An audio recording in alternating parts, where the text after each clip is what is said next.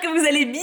On se retrouve aujourd'hui pour parler de cinéma. Pour ceux qui ne me suivent pas sur les autres réseaux, vous ne le savez sans doute pas, mais depuis début novembre, on va dire le 1er ou le 2, vraiment quand il a commencé à faire moche, je me suis remise à regarder des films. J'avais fait une relative grosse pause de plusieurs mois, hein. Mais j'ai bien rattrapé puisqu'en 2 semaines j'en ai vu 11, c'est pas mal. Je me sens hyper épanouie en ce moment puisque j'ai mis au point une espèce de journal de bord sur TikTok et Instagram. Quand j'ai vu un film, quand j'ai lu un livre ou quand j'ai vu une série, mais bon pour le moment c'est pas trop arrivé, je vous fais un petit retour bref sur ces plateformes-là sous format vidéo de 1 à 2 minutes. Si jamais vous êtes curieux et que vous voulez un petit peu mon avis à chaud sur un film que je viens de découvrir, je vous laisse donc me suivre sur TikTok ou Insta, ou les deux, hein, si vraiment vous êtes très zélé, puisque c'est là-bas qu'il y aura ce contenu un petit peu direct après un visionnage. Ou une lecture. J'ai donc vu 11 films ces dernières semaines, et la vidéo d'aujourd'hui va me permettre de faire un classement de celui que j'ai vraiment pas aimé du tout à celui que j'ai vraiment adoré. En sachant qu'il y en a plusieurs dans le bas du podium et plusieurs dans le haut.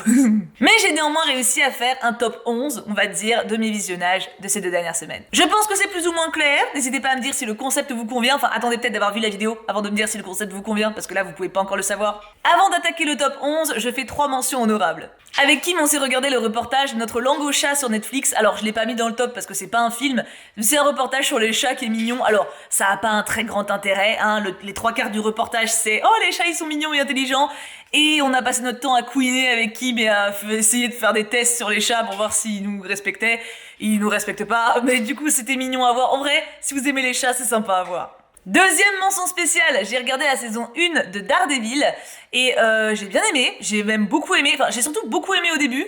Après j'ai vu que ça partait en mode Batman et ça m'a un petit peu détaché parce que y a déjà un Batman, mais c'était quand même une très bonne saison, ça m'a permis de connaître le héros et d'assister à la naissance de Daredevil.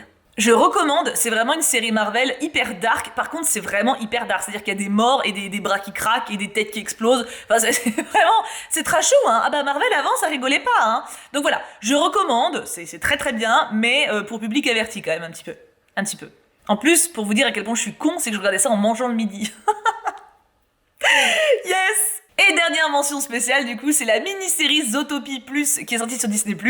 Et avec Kim, on se l'est regardé, du coup, en 2 déjeuners. Il y a 6 épisodes, je crois, de 10 minutes, 8-10 minutes, truc comme ça. C'est sympa à regarder, c'est marrant, c'est mignon, voilà. Il y avait un épisode de comédie musicale avec l'espèce de furet, là, qui chante. Ça m'a fait rigoler, enfin voilà. C'est sympa à regarder, ça occupe en mangeant, c'est léger. Pareil, c'est du good vibes, quoi. Maintenant, rentrons dans le vif du sujet, mon top 11 de films. D'ailleurs, pour ceux qui sont à jour au niveau des TikTok et Instagram Reels, je crois que ça se dit Reels, c'est ça ? Je crois que c'est ça. Vous pouvez essayer de deviner qui va être dans le top et qui va être dans le flop. Ça peut être assez rigolo. Je pense que vous pouvez avoir une idée.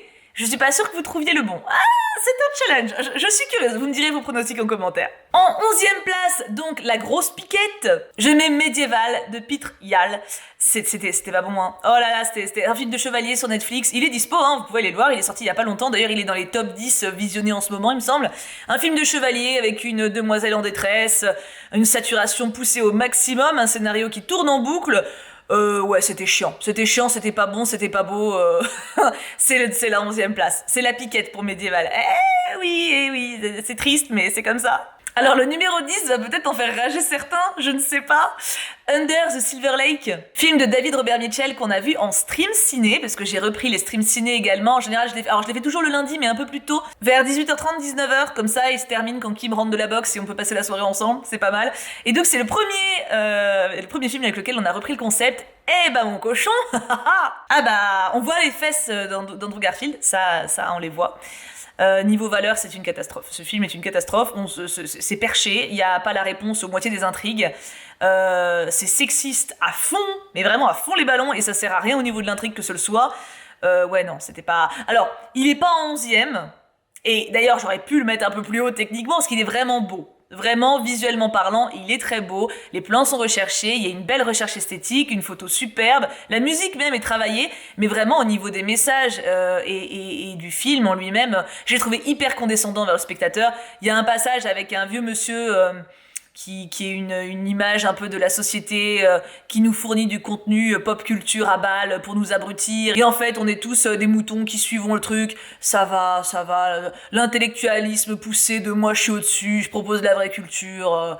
Propose déjà des intrigues avec une vraie solution. Ah, voilà. Non mais voilà, j'ai pas été conquise du tout, tant par le côté un peu condescendant vers le spectateur que le côté sexiste qui pour moi est totalement inutile et en plus hyper présent dans le film. Donc voilà, c'est un non pour moi. Mais je sais que des gens ont aimé ce film, hein, je respecte totalement. Là, c'est mon avis. Oui, j'ai oublié de le dire ça. C'est mon avis à moi, hein, c'est personnel. Donc si voilà, c'est une piquette pour moi, ça veut pas dire que pour vous c'est pas un chef-d'œuvre. Surtout que là, en l'occurrence, il est beau, hein. C'est un très beau film. Mais moi, il m'a pas plu. En 9ème place, et c'est là que je sens que je vais me faire un petit peu tuer parce que par rapport à Under the Silver Lake, c'est pas le même travail. En 9ème place, je mets Hocus Pocus 2. Il est sur Disney+, réalisé par Anne Fletcher. Et alors, oui, c'est un peu une hérésie de le mettre au-dessus de Under the Silver Lake, puisque Under the Silver Lake, il est bien fait. C'est-à-dire qu'il y a une vraie réalisation, tu sens que le mec, il a cogité sur son film, là-dessus, il n'y a pas de problème. Hocus Pocus 2, vraiment, c'est en termes de réalisation, c'est... Bon, ils sont pas foulés, voilà, c'est pas foulé. Mais j'ai pris plus de plaisir devant. Et alors, je peux même pas dire que les messages sont plus pertinents pour moi dans l'autre. Donc ouais, il est au-dessus. Alors, Hocus Pocus 2, entendons-nous, c'est pas un bon film, hein. Non. Alors, pour citer Kim, à la fin, on a éteint la télé, il m'a regardé, il fait « C'était de la merde, voilà. » Il a dit aussi d'ailleurs pour Médiéval, hein. Oui, un peu. C'est pas fou. C'est pas fou, Hocus Pocus 2. C'est vraiment pas fou. Il y a des trucs mignons. Moi, j'ai des souris à des moments, mais après voilà, c'est un film d'Halloween. Je pense qu'il n'est pas fait pour être, pour le coup, il a pas des prétentions incroyables. Il est pas fait pour être spécialement renommé ou reconnu. C'est une suite pas bonne.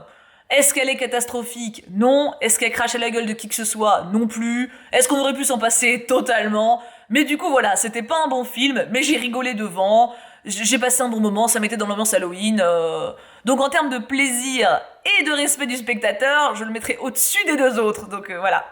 Hocus Pocus 2 en 9ème place. On commence à sortir des piquettes. Là, on va dire que c'était les 3 piquettes pour moi. On arrive à des terrains un peu plus nuancés. En numéro 8, je mets Mascarade de Nicolas Bedos. Honnêtement, celui-ci, pendant mon visionnage au cinéma, je ne pensais pas qu'il serait aussi bas jusqu'au dernier tiers du film, qui pour moi met en avant un message que je trouve dangereux. La thématique du film, c'est un homme et une femme qui tous les deux couchent avec des personnes plus riches pour essayer de prendre leur pognon. Donc c'est pas de la prostitution, c'est une forme d'escroquerie, c'est un mélange des deux, mais en tout cas ils sont sur un pied d'égalité là-dessus. Enfin en tout cas au départ. Donc la thématique du film en elle-même ne me choque pas, c'est pas moral, mais encore une fois c'est un film. Je fais la différence entre des personnages et le message du film, tu vois. Mais la vraie problématique pour moi, c'est qu'au final il y a quand même une grosse différence entre l'homme et la femme, et je parle pas d'un point de vue biologique, mais au niveau du traitement. Encore une fois, il y a l'apparence du corps de la femme qui est très mise en avant. On voit très bien le dégoût du corps plus âgé. On voit très bien d'ailleurs la question de l'âge qui revient énormément. Le côté femme soumise, le côté femme effacée, trop passive. C'est dur, je trouve que c'est un film qui est dur, vraiment, vers les femmes. Et en plus de toute cette thématique-là qui commence à me saouler, à savoir qu'une femme après 40 ans est périmée, j'ai été assez choquée d'un passage du coup vers la fin qui parle de femmes qui font semblant d'être battues pour gagner du pognon.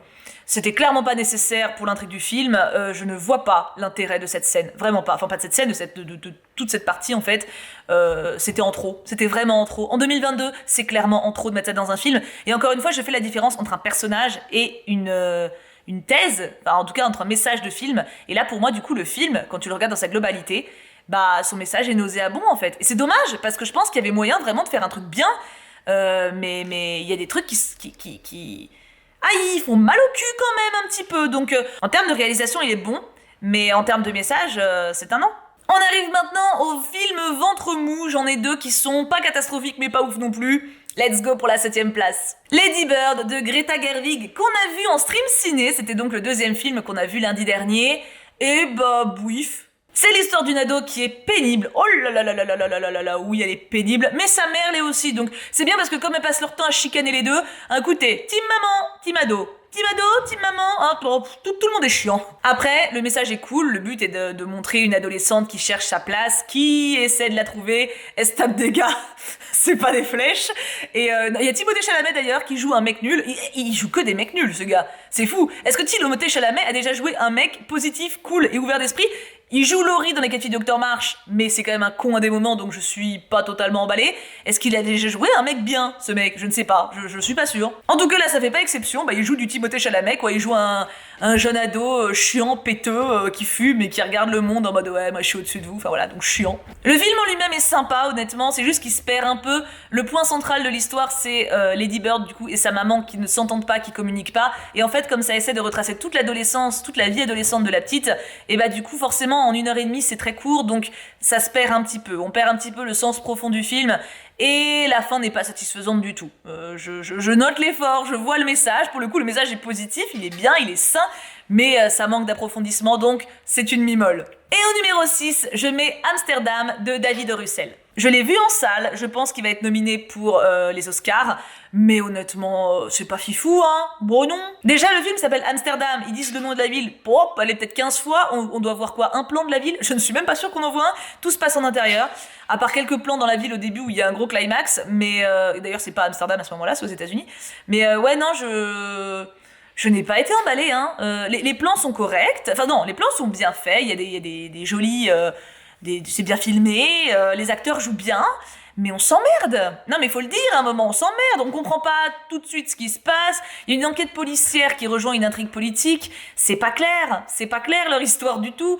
Ouais non, ça se veut perché, mais du coup c'est bizarre, je n'ai pas été emballée. C'est pas une catastrophe, attention il est en 6ème place, hein, il est pas à la 11ème, hein, mais...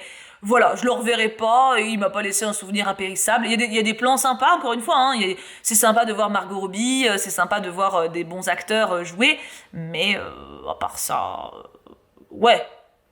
Suivant, quoi. On arrive au top 5, et là honnêtement c'est 5 bons films que j'ai vraiment beaucoup aimés. Encore une fois 5 bons films pour moi, hein. Je dis pas que les autres d'avant étaient tous forcément catastrophiques, même si pour moi ils l'étaient. Le Petit Nicolas en 5ème place d'Amandine Fredon et Benjamin Massabre. Quel joli moment, mais quel joli dessin animé, parce que oui, c'était un dessin animé qui parle du coup du petit Nicolas, qui est... Alors, ça a d'abord été des extraits dans des journaux, moi je l'ai connu quand j'étais enfant sous forme de roman, ça a aussi été plusieurs nouvelles.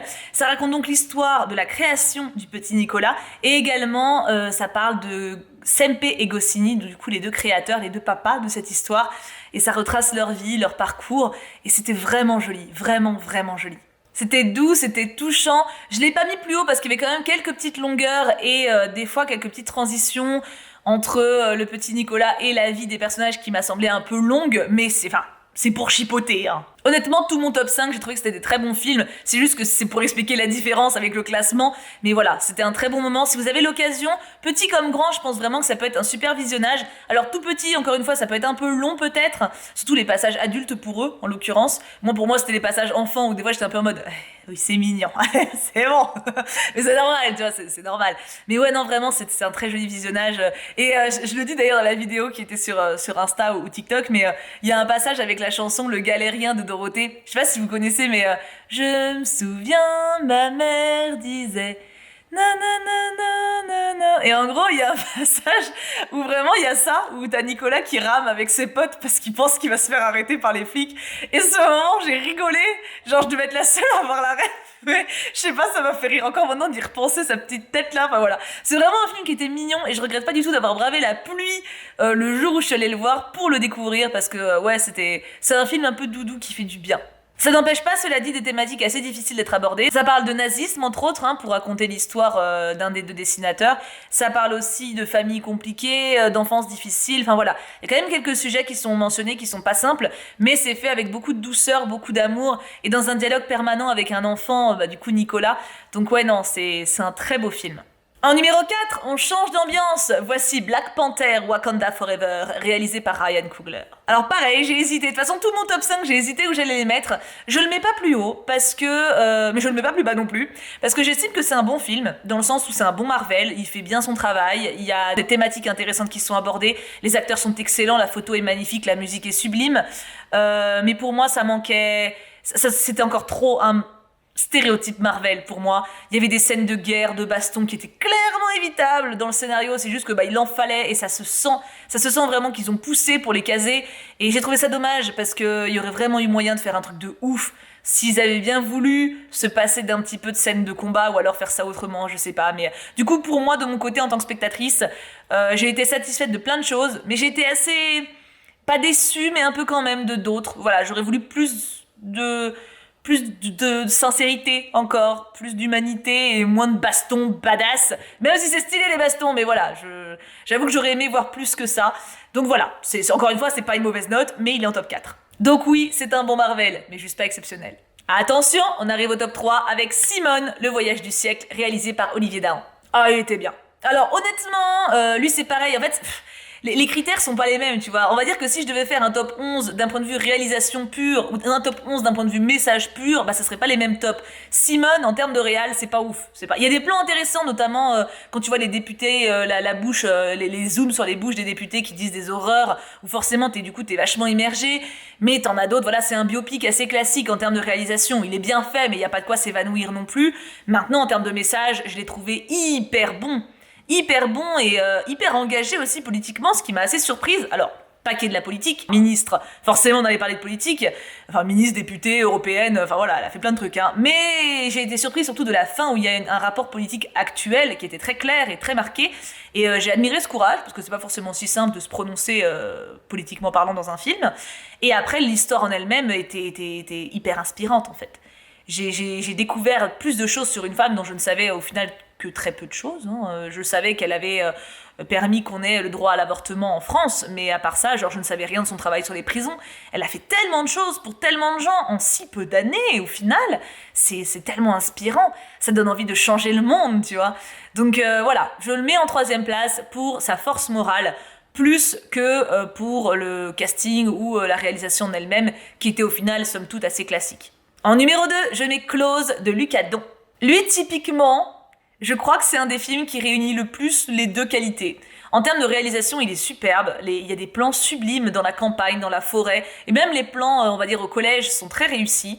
Les acteurs sont bons. Purée, malgré leur jeune âge, j'ai été bluffée par la justesse d'émotion des acteurs. Ils sont vraiment bons. Et ils m'ont touchée. La thématique m'a beaucoup touchée. Alors, j'aurais aimé un tout petit truc en plus niveau message, que je pense nécessaire et qui manque du coup pas mal. Mais bon, voilà, après ça c'est mon goût personnel. Le film en lui-même est très touchant, très parlant. Et je trouve qu'il arrive à dépeindre des êtres humains, en fait, pas des personnages. Et ça, je l'ai ressenti très vite en regardant le film. J'ai vraiment eu l'impression de découvrir des jeunes gens qui existent, qui sont palpables. Tu vois ce que je veux dire? Tu sens les fêlures, mais tu sens aussi la joie, l'enthousiasme, les petites bêtises, les pensées du quotidien aussi. Et ouais, non, le film, c'est un succès pour moi. Alors par contre, il est très dur, hein, genre, moi ça va, j'ai tenu le choc, mais si vous êtes sensible, voilà, c'est un film qui... Il t'envoie un gros truc dans la tronche quand même. En plus, je l'ai pas du tout vu venir, personnellement. Moi, j'étais allée voir avec Bébou, lui, il avait tout de suite deviné, moi, pas du tout. Quand t'as un truc qui arrive, je suis en mode, ah bon, ok. Donc voilà, c'est une thématique qui est pas forcément... qui est pas évidente du tout, d'ailleurs, pas forcément. Mais c'est un beau film. C'est un très beau film, vraiment très beau, et de tous les points de vue. Donc, 2e place, c'est amplement mérité. En vérité, il aurait pu être en première, mais j'ai vu Armageddon Time. Réalisé par James Gray, j'ai vu ce film du coup vraiment juste avant de faire cette vidéo, enfin juste avant, la veille. Et ça a été une excellente découverte, tant et si bien qu'il est en top 1. Et c'est assez surprenant parce que c'est pas le genre de film qui de base me fait forcément craquer.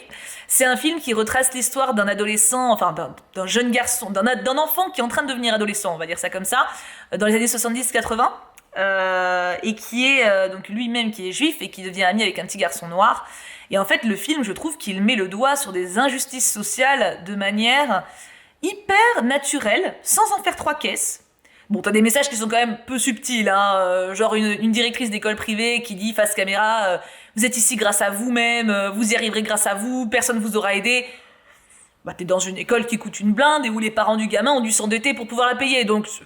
Oui, bien sûr que c'est grâce à son travail qu'il va y arriver, mais il y a une différence nette entre ceux qui sont dans le bahut public où ils sont 30 par classe avec aucun moyen et cette école privée avec plein d'ordinateurs, pour l'époque c'était incroyable, des livres tout neufs, enfin voilà, forcément. Donc je trouve que ça pose une question sur l'éducation et l'école et même sur la vie en famille, sur comment une famille arrive à s'en sortir et arrive à vivre. Je trouve que ça pose des questions hyper pertinentes, hyper criantes. Alors, le contexte social n'est pas le même. Pareil, petit avertissement, il y a des scènes assez violentes de parents qui battent leurs enfants. C'est pas des parents mauvais, c'est pas de la cruauté, c'est juste que, encore une fois, on remet les choses dans la perspective. Dans les années 70, ton gamin faisait une grosse connerie, au mieux il avait une baffe, au pire il avait la ceinture, tu vois ce que je veux dire? Donc c'est pas genre, bon en l'occurrence c'est un père qui frappe son gamin, c'est pas que le père n'aime pas le fils, et ça se sent vraiment dans tout le film qu'il y a de l'amour entre eux, c'est une autre époque. Et j'ai trouvé que vraiment il y avait un portrait de justement cette autre époque qui était hyper bien rendu. Vraiment, j'ai fait un bond dans le temps, mais la musique, la façon de jouer, la façon de communiquer, etc. Waouh! Et puis au final, l'insolence des gamins aussi. Parce que le personnage principal, vraiment, il y a une séquence où sa mère a fait à manger et lui, il dit ouais, je m'en fous, je vais commander. Il est d'une insolence, mais vraiment, j'ai eu une poussée de rage dans cette scène. Franchement, je crois que je serais rentrée dans la télé, enfin, je serais rentrée dans le film, je l'aurais pris les cheveux là, je l'aurais cogné, mais alors que c'est pas mon gosse, heureusement d'ailleurs, mais tu vois ce que je veux dire, j'ai eu une pulsion comme ça qui m'a fait moi-même me demander genre waouh, mais en fait est-ce que j'arriverais à gérer un truc pareil? Parce que techniquement je ne suis pas une femme violente, encore moins avec un enfant, j'ai jamais levé la main sur un enfant de ma vie, pourtant j'en ai gardé une chier et des insupportables, non souvent ils étaient mignons, mais tu vois ce que je veux dire, j'ai un self-control, mais là t'as un tel niveau d'insolence que jamais tu verrais chez nous. Enfin, en fait, tu fais vraiment un voyage dans autre temps, autre mœurs, en fait. Tu fais un voyage dans le temps, un voyage social, et tu fais également des parallèles avec notre situation politique actuelle. Tu vois que des choses qui étaient en place à l'époque, qui étaient préoccupantes, maintenant le sont tout autant, voire plus. Tu vois des choses qui ont beaucoup changé, et ça c'est très bien, notamment la communication entre les couples, notamment tout simplement le fait de ne pas pouvoir battre ses enfants, parce que ça, je veux dire, à l'époque tu disais ouais j'ai cogné mon gamin ce week-end, ça choquait personne dans les années 70. Tu vois, genre, ou oh, je lui ai foutu une baffe, il m'a fait chier, personne ne devrait regarder chelou. Maintenant, tu vas te dire, j'ai foutu une baffe à mon gosse, tout le monde va te juger en mode, mais quoi, qu'est-ce que t'as fait, t'as pas le droit et tout. Et c'est très bien. Mais justement, je trouve que de faire des films comme ça, avec des rétrospectives du passé, c'est surtout aussi réaliste et aussi juste, humainement parlant. Enfin, moi, je sais que ça m'a vachement remué. Et j'étais vraiment emportée dans le film. Enfin, il est pas très long, en plus, je crois qu'il fait 1h30 ou 2 heures, peut-être 2 heures. Mais en tout cas, j'ai pas eu le temps passer et puis pareil, l'injustice sociale entre les personnes de couleur et les personnes blanches, même si en l'occurrence les personnes blanches sont juives, et montre bien également la stigmatisation qu'ils ont vécue aussi. Mais waouh, franchement waouh, ce film, je l'ai trouvé ouf. Je l'ai trouvé ouf et sans qu'il se passe 50 000 trucs, hein. Mais ouais, il m'a beaucoup parlé, vraiment beaucoup. Et voilà pour mes 11 films de la semaine, enfin, sur 2 semaines, j'ai vu 11 films sur 2 semaines. Alors, plusieurs questions. Déjà, est-ce que vous avez vu certains de ces films-là? Si oui, est-ce que vous êtes d'accord avec mes places dans le top? Sinon, est-ce que vous voulez les voir? N'hésitez pas à me dire si vous aimez bien ce type de vidéo également, que je sache si j'en refais tous les 10-11 films à peu près comme ça, pour avoir une idée. Et moi du coup, je vous laisse là, je vous fais plein de bisous, prenez bien soin de vous, et n'oubliez pas de lire, voir des films, manger et dormir. Avec tout ça, vous devriez bien vous en sortir. Mouah, bisous tout plein.